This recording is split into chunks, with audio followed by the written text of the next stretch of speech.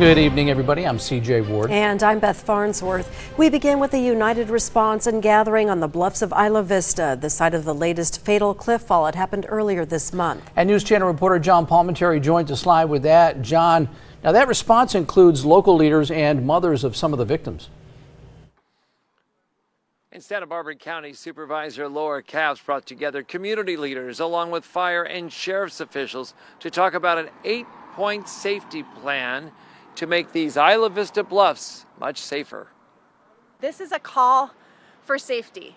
In an emotional call for action after a fatal fall on the Isla Vista bluffs this month, Santa Barbara County Supervisor Laura Capps has an 8-point safety plan she says will reduce the dangers and save lives.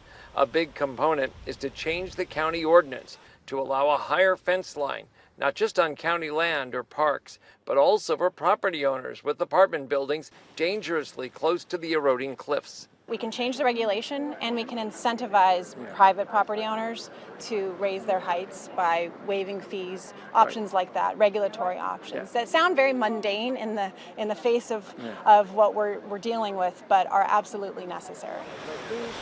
Capps also wants a change in the landscaping to make it safer and not as slippery when it's wet out.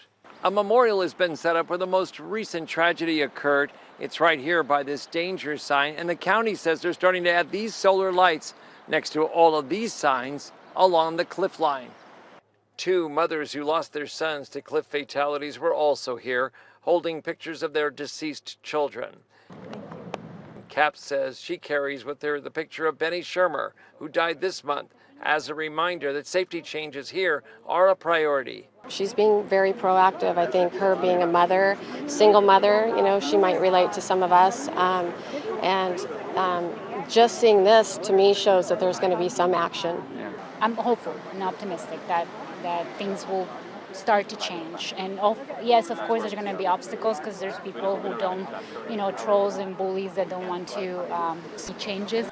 2 of Shermer's friends have also started an online petition in support of these safety changes. These parties aren't stopping. We're gonna do what we can right now, which is, spreading awareness and potentially lights, potentially signs.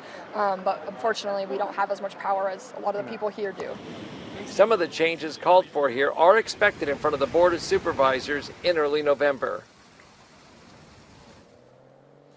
And Santa Barbara County Supervisor Laura Capps says she's going to be bringing these suggestions to the board at a meeting in November. And before that, there is a chance she'll be coming out here on a Friday or Saturday night with the Sheriff's Department to see firsthand what is happening out here, to possibly reshape some of her ideas or come up with new ideas as well. But she wants to put her eyes on this and see what happens here on those weeknights.